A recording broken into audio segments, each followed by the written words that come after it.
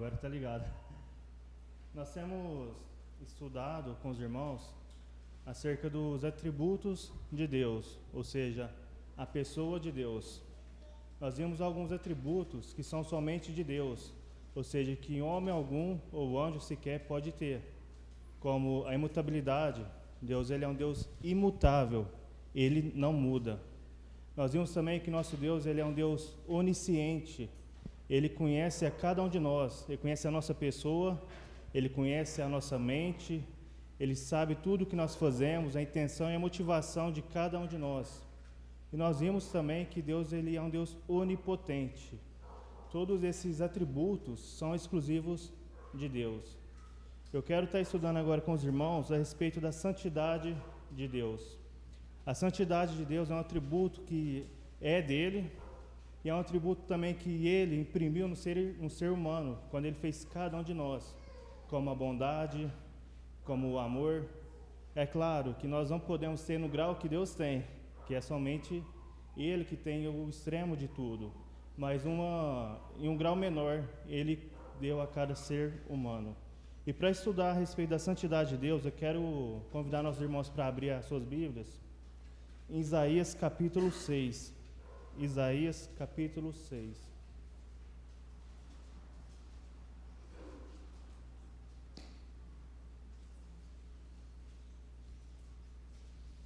É muito importante nós conhecer o nosso Deus. Certo livro do irmão Tozer, ele fala que o grau, ou seja, aquilo que nós conhecemos de Deus, a visão que nós temos de Deus, mostra também quem nós somos.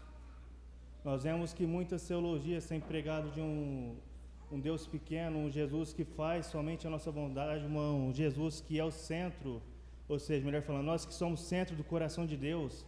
É uma visão completamente errada. Não é à toa que existe a teologia chamada liberal, que cada um pode viver do jeito que quer. Por quê? Porque eles têm uma visão completamente errada de Deus. Eles não conhecem o Deus que é santo, santo, santo, como nós vamos estar lendo agora com os irmãos. Isaías capítulo 6. Ele diz: no ano da morte do rei Uzias, eu vi o Senhor assentado sobre um alto e sublime trono, e as abas das suas vestes enchia o templo. Serafins estavam por cima dele, cada um tinha 6 asas, com 2 cobria o rosto, e com 2 cobria seus pés, e com 2 voavam. E clamava uns aos outros, dizendo: Santo, Santo, Santo é o Senhor dos exércitos. Toda a terra está cheia da sua glória. As bases do limiar se moveram, a voz do que clamava, e a casa se encheu de fumaça. Então eu disse: ai de mim, estou perdido, porque sou homem de lábios impuros e habito no meio de um povo de impuros lábios, e os meus olhos viram o Rei, o Senhor dos exércitos. Então um dos serafins voou para mim, trazendo na mão uma brasa viva, que tirara do altar como tenaz. Com a brasa tocou a minha boca e disse: eis que ela tocou seus lábios, a tua iniquidade foi tirada, e perdoado foi o teu pecado. Depois disso, ouvi a voz do Senhor que dizia: a quem enviarei, e a quem há de ir por nós? Disse eu: eis-me aqui, envia-me a mim. Amém? Vamos estar orando mais uma vez. Deus eterno, Pai poderoso, Tu que és, Senhor, o grande Rei, o Senhor que reina para sempre, o Senhor que vive para sempre, ó Pai. Louvamos ao Senhor, porque nós podemos conhecer a Ti, Senhor, porque o Senhor permitiu a nós, ó Pai. Senhor, nós louvamos pela Sua palavra e rogamos ao Senhor que fale aos nossos ouvidos, Senhor, que fale ao nosso coração, quebranta cada um de nós, Senhor, e que seja feita a Sua vontade. Amém. Bom, ele começa falando no ano da morte do rei Uzias. O rei Uzias, ele reinou por Israel por mais ou menos 50 anos. E ele foi um rei muito bom. Você pode conferir isso em 2 Crônicas, capítulo 26, vai falar muito bem dele. E ele foi um rei bom porque ele fez o que o Senhor aprova. Ele começa justamente falando isso no capítulo 26. E ele foi um rei que trouxe um avivamento para Israel. E também foi um rei que melhorou grandemente a economia de Israel. Se nós for ler no capítulo 26, vai falar que os amonitas pagavam tributos a ele, porque ele era um rei muito forte. Ele também investiu no seu exército. Ele inventou maquinários de guerra, desenvolveu novos maquinários. E ele também era amigo da agricultura. Ele fez muitas cisternas porque ele gostava de agricultura. E como nós falamos, ele também investiu no seu exército. Ele tinha um exército com mais de 300 mil pessoas. Todo mundo temia a ele. E por mais ou menos 50 anos ele reinou em Jerusalém. Porém, tem uma parte triste da sua história, quando nós lemos o capítulo 26 de Crônicas, 2 Crônicas, no versículo 16, nós vamos ver que todo o seu poder subiu na sua cabeça. Então, o que ele fala? Entretanto, depois que Uzias se tornou poderoso, o seu orgulho provocou a sua queda. Entrou no templo do Senhor para queimar incenso no altar do incenso, e foi tomado de lepra e depois faleceu. Essa é uma parte muito triste. Foi no ano então que marcou Israel.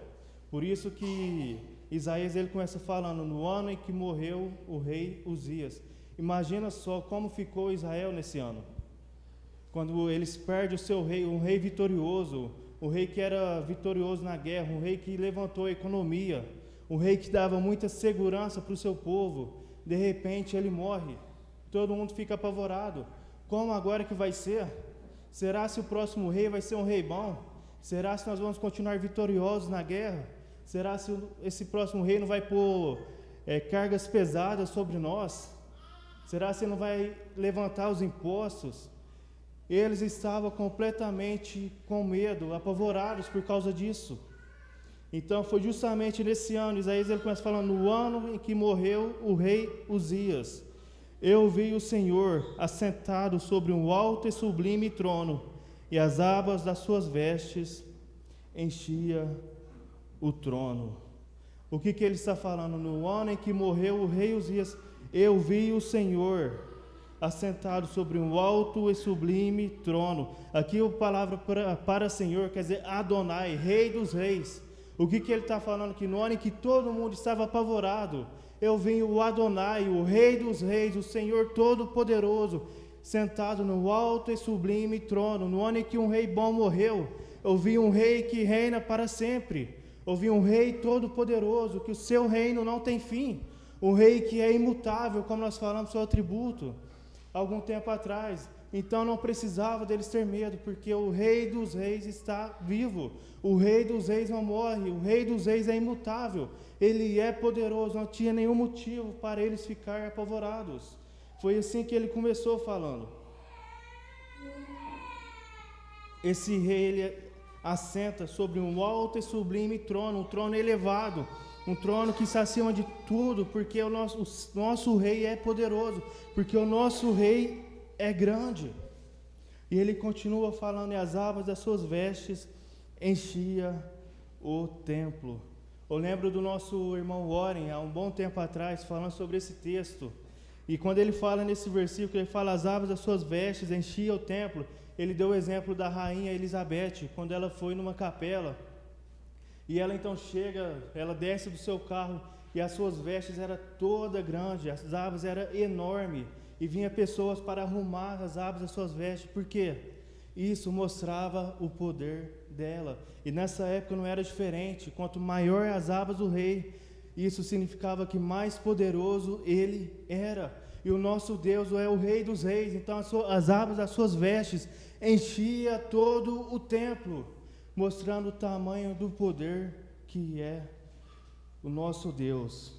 E ele então continua falando que esse rei ele é poderoso, o seu esplendor enchia todo o templo. Ele fala, e serafins estava por cima dele, e cada um tinha 6 asas. Com 2 cobria o rosto, e com 2 cobria os pés, e com 2 voava, ou seja, ele tinha 6 asas. Olha que 4 asas mostra total reverência a Deus, e somente 2 asas estava para serviço. Com 2 eles cobria o rosto, eles não eram capazes de olhar para esse rei poderoso, eles não tinham capacidade de olhar para esse rei em total reverência. Ninguém pode olhar para Deus e sair vivo, de maneira alguma. Eles não suportariam ver o esplendor do Rei dos Reis, do grande Adonai. E com 2 eles cobriam os pés, ou seja, mostrando a sua submissão a Deus. Eles só iam até onde Deus permitia eles ir. Eles não passavam de onde que eles poderiam passar, porque eles estavam em total reverência a Deus e submissão a Deus. Então, finalmente, somente com 2 estava a serviço. Olha como que os anjos estão diante de Deus, irmãos. Completamente diferente da teologia que a gente vê pregada por aí. Total submissão. Nós devemos ter essa mesma reverência diante do nosso Deus, do Rei dos Reis, do Senhor dos Senhores, o grande Adonai. Não é um Deus que a gente vê pregado por aí, o carinha lá de cima. Não. Não é um Deus que você pode fazer piada com ele, de maneira alguma, irmãos. Não é um Deus que você pode servir ele de qualquer forma. Não. Não é um Deus que você chega chamando ele de você, de maneira alguma, irmãos. Os anjos que não caíram, os anjos que não pecaram, eles estão em total reverência a Deus. E nós não podemos ser diferentes, irmãos. Nós não podemos chegar diante da presença de Deus de qualquer forma. Eu não posso vir aqui sem ter orado, sem ter estudado. Você não pode servir a Deus de qualquer forma. Você não pode louvar a Deus aqui sem ter se preparado. Não, sem estar em comunhão com o nosso Deus. Nem para evangelizar. Serviço no ministério infantil, da mesma forma. Muitas das vezes nós vimos irmãs sem preparar o ensino para as crianças, achando que é porque é crianças. E chega lá com alguma coisa para pintar. Você está servindo o grande Deus, você está falando do grande Deus para o próximo, para os pequenos corações. Essa é a reverência que nós temos que ter diante de Deus, irmãos. Um Deus onisciente, um Deus que vê tudo o que nós fazemos, um Deus onipresente que sabe onde nós vamos, irmãos. Esse Deus nós devemos total reverência a Ele. Não, é um Deus que nós devemos chegar de joelho, irmãos. Não estou falando aqui que em toda oração você tem que ajoelhar a Deus, mas é um Deus que você tem que chegar em total submissão a Ele, em total reverência a Ele, porque Ele é o grande Rei. Olha a forma que os anjos estão diante dEle. Eles tampam os seus olhos, eles tampam os seus pés, em total reverência ao grande Rei. E com nós não pode ser diferente, de maneira alguma. E ele continua falando que eles clamavam uns para os outros: Santo, Santo, Santo é o Senhor dos exércitos, toda a terra está cheia da tua glória. Santo, Santo, Santo. Um grande coral de anjos cantando uns aos outros, dando ênfase no grande atributo de Deus. Nós vemos os serafins cantando. Se nós for para Apocalipse capítulo 4, nós vamos ver os querubins cantando esse mesmo atributo: Santo, Santo, Santo. Eles poderiam estar cantando justo, justo, justo, porque Ele é um Deus justo. Ou eles poderiam estar cantando poderoso, poderoso, poderoso, porque Ele é o Rei poderoso. Mas não, eles dão ênfase na santidade de Deus. E eles cantam. Nós vemos 2 grupos de anjos cantando a santidade de Deus, mostrando, dando ênfase nesse atributo dele. Isso é comum no texto hebraico. Quando eles queriam dar ênfase em alguma coisa, eles repetiam 1 vez, 2 vezes, 3 vezes é repetida aqui. É assim que eles davam ênfase. O Senhor Jesus Cristo falou da mesma forma: em verdade, em verdade. Ou seja, ele dava, quando ele queria dar ênfase em alguma palavra, ele repetia. E aqui então o atributo que eles repetem é a santidade de Deus. Nenhum outro atributo de Deus é repetido dessa forma. Somente a santidade. Nós vemos 2 vezes sendo repetida na Bíblia. Porque esse é o grande atributo moral de Deus. revela quem Ele é como se fosse a coroa de todos os seus atributos, porque o amor de Deus também é justo, é santo, eu quis dizer, porque a graça de Deus também é santa, a sua misericórdia também é santa, ou seja, tudo é envolvido a sua santidade. Isso não quer dizer somente aquilo que Deus não é. Santidade não é somente ausência de pecado, ausência de erro. Não, a santidade aqui é o esplendor de Deus, é a beleza de Deus, é a coroa dele, irmãos. Ele é santo, santo e santo. E Ele é perfeitamente santo. Se aqui tivesse falado somente uma vez que Deus é santo, Ele seria santo. Se falasse 2 vezes, santo, santo, ou seja, Ele seria muito santo. Mas aqui Ele fala santo, santo, santo, Ele é totalmente santo. Ele é totalmente santo, essa é a coroa dos seus atributos.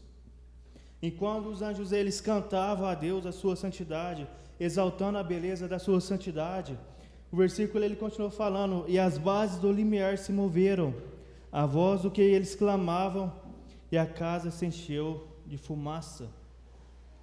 Eu quero ler na versão NVI, ele fala: ao som das suas vozes, as batentes da porta tremeram, e o templo ficou cheio de fumaça. Ou seja, é como se tivesse um grande terremoto, enquanto os anjos estavam cantando, exaltando a santidade de Deus, tudo tremeu, irmãos. E nós vemos que quando o Senhor Deus ele desceu no Monte Sinai, foi da mesma forma. Houve um grande terremoto, irmãos, tudo tremeu, e as pessoas ficaram atônitos diante daquele grande temor.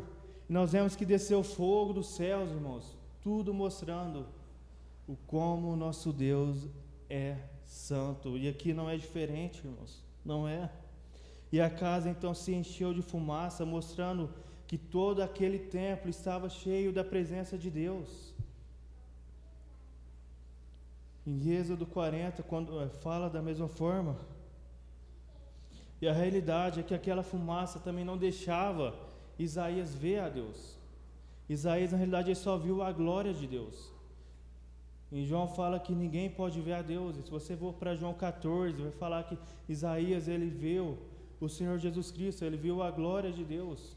Nós somente vamos ver a Deus através de Cristo, irmãos. Ninguém pode ver a Deus, ninguém suporta a presença dele. Não é à toa, então, que os anjos cobrem o seu rosto, porque ninguém suporta ver a presença de Deus. Então, quando Isaías ele vê a glória de Deus, o que ele fala? Ai de mim! Eu estou perdido, eu estou destruído. Eu vi a glória de Deus, irmãos. É o que ele fala, ai de mim. E eu creio que Isaías ele não era um jovem qualquer. Isaías, estudiosos dizem aqui que ele tinha mais ou menos 20 anos. Eu creio que ele não era um jovem rebelde. Eu creio que ele não era um jovem que saía pela gandaia por aí. Eu creio que ele não era um jovem que alguém teria motivo para acusar ele. Não, eu creio que ele era um jovem temente a Deus. Mas quando ele está diante da presença de Deus, o que ele fala? Ai de mim, eu estou perdido. Eu estou perdido. E é esse senso, irmãos, que nós temos que ter quando nós chegamos diante de Deus, irmãos. Nós devemos ter esse senso. Quanto mais piedosa é a pessoa, mais ele vê a gravidade do seu pecado. E com Isaías então não foi diferente. Ele viu que ele era um homem de lábios impuros. Ele viu o seu pecado diante de Deus. Ele viu o seu pecado. Então ele fala: ai de mim, sou perdido, porque eu sou um homem de lábios impuros e também habito no meio de um povo de impuros lábios. Então, diante de Deus, ele reconhece o seu pecado. E ele sabe que ele não poderia ficar diante de Deus dessa forma. Não. Então ele fala: estou perdido, sou um homem de impuros lábios. E que quando ele fala lábios impuros, quer dizer qualquer coisa que traz impureza, seja em lábios, seja em sua conduta, seja em seu estilo de vida, seja em qualquer coisa. E aqui o seu problema era a língua. E quantas vezes, irmãos, Nós falamos mal de irmãos por aí. Quantas vezes nós fazemos piadas impuras e achamos que não tem problema algum. Muitas das vezes nós não consideramos o pecado da língua. Muitas das vezes nós não consideramos o pecado da fofoca. Mas foi esse pecado que deixou Isaías atônito. Foi esse pecado que ele pôde dizer: ai de mim, estou perdido. Tiago, ele nos fala que da mesma boca procede bênçãos e maldição. Meus irmãos, não pode ser assim. Acaso pode sair da água doce e água amarga da mesma fonte? Se com as nossas bocas, irmãos, há impureza em nossos lábios, nós não podemos louvar a Deus. Isaías ele não podia juntar aqui o coral de anjos, porque ele estava com impureza em seus lábios. E isso então não permitiu ele louvar a Deus. Quando nós chegamos, irmãos, diante da presença de Deus, nós precisamos reconhecer o nosso pecado, a gravidade do nosso pecado. E o problema aqui de Isaías era a sua língua, mas você pode aplicar isso em qualquer área da sua vida. Você deve aplicar isso. Porque o pecado não permite você ver a glória de Deus. Se o seu problema, irmãos, é a língua, é a fofoca, você deve confessar isso a Deus. Se o seu pecado é semelhante ao de Isaías, você deve confessar isso a Deus. Se o seu pecado talvez seja o problema com o dinheiro, confesse a Deus. Se você tem contas pendentes contra seu irmão ou contra qualquer outro, confesse a Deus da mesma forma. Confesse o seu pecado a Deus. Olhe para si mesmo. Quando nós falamos no último estudo, ore a Deus, fala: sonda-me, mostra para mim aquilo que está em oculto, mostra para mim aquilo que eu não vejo, sonda-me, ó Deus, mostre qual é o meu pecado. Se o seu pecado é a sensualidade, ore a Deus, irmãos, para isso, peça perdão a Deus, melhore a sua vestimenta. Ou se o seu pecado é a pornografia, confesse a Deus, confesse a sua esposa. Chega para o irmão mais experiente, irmãos, porque você não pode ver a Deus assim, você não pode servir a Deus dessa forma. Esse era o problema aqui de Isaías.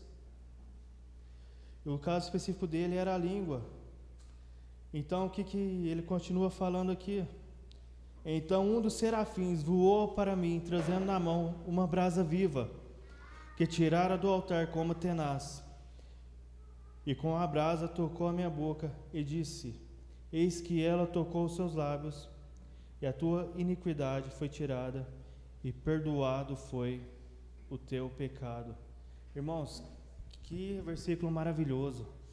Nós vimos que Deus ele é completamente santo, e por causa disso Isaías não poderia ver a glória de Deus. Mas agora nós vemos que Deus ele também perdoa pecado. Se o texto tivesse parado antes desse versículo, Isaías estaria destruído, com certeza. Mas agora nós vemos que algo maravilhoso aconteceu. O pecado dele foi perdoado. O que o texto fala? Que um anjo voou até ele, trazendo uma brasa viva com uma tenaz. Alguém sabe o que é uma tenaz? Alguém pode me falar?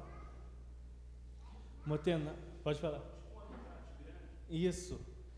É tipo um alicate grande, feito extremamente para pegar objetos que são quentes. Imagina então quão quente estava essa brasa, para o ponto de um anjo ter que pegar, como se fosse um alicate, pegar aquela brasa do altar e levar para tocar na boca de Isaías. Aquela brasa quente, irmãos. Imagina ela tocando na boca. Imagina quão doloroso isso foi. Isso mostra, irmãos, o quanto o pecado é grave, o quanto que o pecado dói. Ele foi direto na ferida de Isaías. Ele então toca na sua boca. Ele tirou aquela brasa do altar que faz propiciação pelo pecado. E por causa disso, Isaías então ele pôde ver a glória de Deus, irmãos. E na cruz foi feita a expiação pelo meu pecado, pelo seu pecado. Você só pode chegar a Deus se o teu pecado for perdoado. Para isso, irmãos, e para você que nos visita, é preciso você entender qual é a gravidade do pecado. O pecado é tão grave que levou Deus mandar seu único filho, Jesus, para morrer na cruz pelo seu pecado. E somente quando você entende que você é pecador, que você não pode fazer nada, somente a obra expiatória de Cristo na cruz é capaz de salvar você. Você confessa seu pecado a Deus, então perdoado é o seu pecado. E nós precisamos continuar olhando para o Evangelho, porque nós ainda cometemos pecados. Para isso, é preciso confessar o nosso pecado a Deus. Para isso nós devemos fazer como Isaías, pedir para que Deus ele toque na nossa ferida, pedir para que Deus ele mostre qual é o nosso pecado. Qual é o padrão aqui? O padrão é Deus. Isaías ele não pôde olhar para ninguém e falar: eu sou menos pecador que qualquer um, meu lábio não é tão impuro quanto aquele irmão que vive falando palavrão. Isaías ele só pôde ver o seu pecado quando ele viu a glória de Deus. Ele é o padrão, irmãos, e não tem outro. Quando você olha para Deus, você não pode olhar mais para ninguém, não tem ninguém para você comparar. Então ele olha para Deus, ele vê o seu pecado, ele confessa o seu pecado a Deus. Depois disso, versículo 8: ouvi a voz do Senhor que dizia: a quem enviarei? Quem há de ir por nós? Disse eu: eis-me aqui, envia-me a mim. Ou seja, somente depois que seu pecado foi perdoado, é então que ele pôde servir a Deus. Nós olhamos para os anjos, eles têm 2 asas cobrindo o seu rosto, 2 asas cobrindo seus pés, ou seja, 4 asas em total reverência a Deus, e somente 2 a serviço. E nós, irmãos, não deve ser diferente. Para nós poder falar como Isaías falou: envia-me a mim, primeiramente nós devemos resolver o nosso problema com Deus. Primeiramente nós devemos ter reverência a Ele. Primeiramente nós devemos adorar a Deus, estar de acordo com o padrão dele, estar de acordo com Ele, para depois então servir.